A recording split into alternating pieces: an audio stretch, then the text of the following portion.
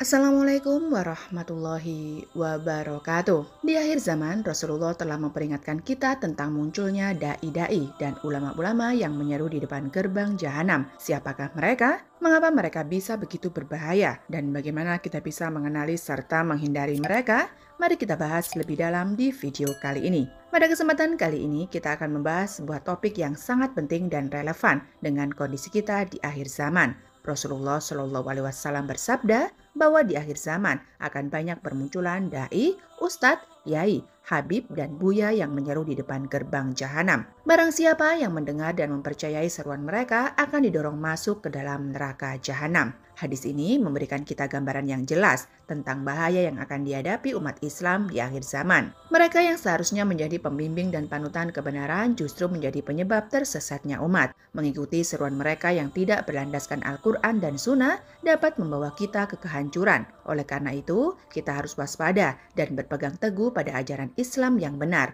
Allah Ta'ala telah memberikan kita petunjuk melalui Al-Quran dan Rasul-Nya, sehingga kita tidak tersesat oleh ajakan yang menyesatkan. Ketika kita mengikuti ulama, kita harus memastikan bahwa mereka benar-benar menyampaikan kebenaran yang berlandaskan Al-Quran dan Sunnah. Kemudian pengertian ulama su'ul ulama. Su'ulama adalah ulama jahat yang menyesatkan umat dengan ajaran yang tidak berdasarkan Al-Quran dan Sunnah. Mereka adalah orang-orang yang akan mendapatkan azab yang sangat berat di akhirat. Istilah ulama su berasal dari kata su yang berarti buruk atau jahat. Jadi ulama su adalah mereka yang menggunakan ilmu agama untuk tujuan-tujuan yang tidak diridhoi Allah. Rasulullah Shallallahu Alaihi Wasallam bersabda bahwa ulama yang pertama kali dilemparkan ke dalam neraka adalah ulama su. Mereka lebih dulu masuk neraka daripada para penyembah patung dan berhala. Ini menunjukkan betapa besar dosa ulama yang menyesatkan umat. Mereka yang seharusnya menjadi panutan justru menjadi sumber kerusakan dan kesesatan. Terdapat kisah tentang ulama yang ususnya keluar terjulur di neraka jahanam. Dia berusaha menarik ususnya kembali tetapi tidak berhasil.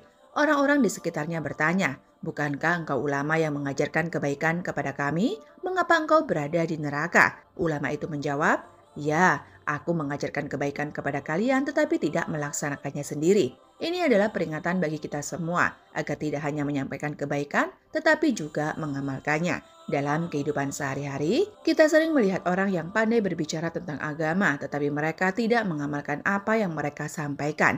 Inilah yang dimaksud dengan ulama su. Rasulullah Shallallahu Alaihi Wasallam bersabda bahwa umatnya akan terpecah menjadi 73 golongan. Dari jumlah tersebut, 72 golongan akan masuk neraka dan hanya satu golongan yang selamat. Golongan yang selamat ini adalah mereka yang berpegang teguh pada Al-Quran dan Sunnah.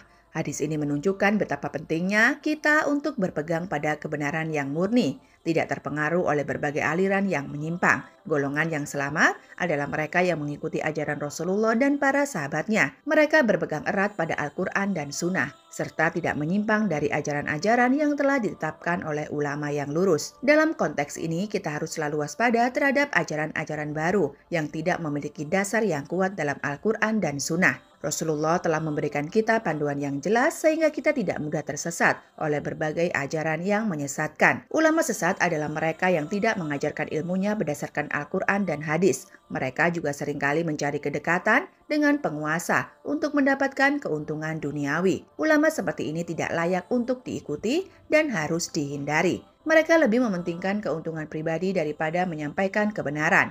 Mereka tidak takut kepada Allah, tetapi lebih takut kehilangan kedudukan dan harta. Contoh ulama sesat adalah mereka yang tawaf di sekitar pintu pemerintah dan menjadi penjilat penguasa. Mereka datang bukan untuk meluruskan kesalahan, tetapi untuk mendatangkan keuntungan dari penguasa. Rasulullah menyebut mereka sebagai maling karena mereka mengkhianati amanah ilmu yang mereka miliki.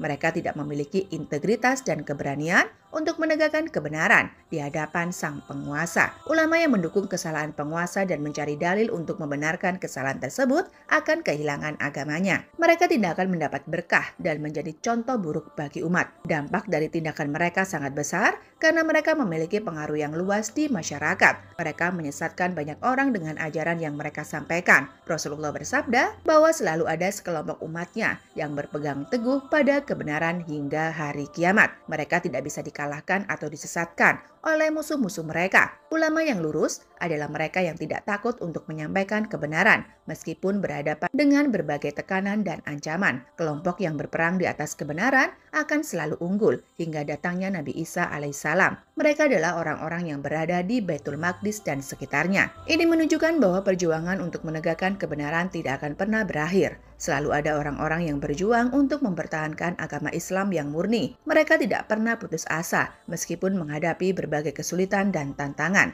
Selanjutnya, kontroversi ulama tentang Palestina. Di Indonesia terdapat ulama yang membuat pernyataan kontroversial tentang Palestina. Mereka meragukan bantuan yang dikumpulkan untuk Palestina dan membuat pernyataan yang membingungkan umat. Beberapa dari mereka bahkan menuduh bahwa gerakan perlawanan di Palestina adalah buatan Israel atau Syiah. Pernyataan-pernyataan seperti ini sangat berbahaya karena dapat melemahkan dukungan umat Islam terhadap perjuangan saudara-saudara kita di Palestina. Rasulullah Shallallahu Alaihi Wasallam bersabda bahwa selalu ada sekelompok umatnya yang berpegang di atas kebenaran dan mereka berada di Baitul Maqdis. Ini menunjukkan bahwa perjuangan di Palestina adalah bagian dari perjuangan untuk kebenaran. Mereka yang berjuang di sana termasuk bagian dari kelompok yang selalu mempertahankan kebenaran hingga hari kiamat. Oleh karena itu, kita harus mendukung mereka dengan segala kemampuan yang kita miliki, baik melalui doa, harta, maupun tindakan nyata. Kesimpulannya, dalam menghadapi berbagai fitnah akhir zaman,